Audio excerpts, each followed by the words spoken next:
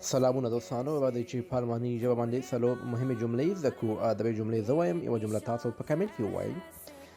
موږ چې کله چاته وایو دا زما تېروتنه ده، دا زما غلطي ده، دا جمله په الماني ژبه داسې وایو: Es ist meine Schuld. Es ist meine Schuld. او دوستانو کله چې موږ چاته وایو زه بخښنه غواړم، په دوه طریقو وایو. یوه طریقه دا ده Es tut mir leid.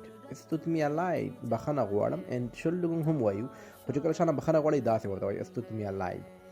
او دوستانو کله چې موږ یو څه وکړو موږ وایو ما دا وکړ، ما دا وکړ. هر څه چې موږ کړي وي موږ چاته وایو په الماني ژبه داسې وایو: Ich habe es getan. Ich habe es getan. دوستانو په الماني ژبه څنګه وایو؟ نن کومه ورځ ده؟ نن کومه ورځ ده؟ دا جمله تاسو په کمنټ کې ووایئ.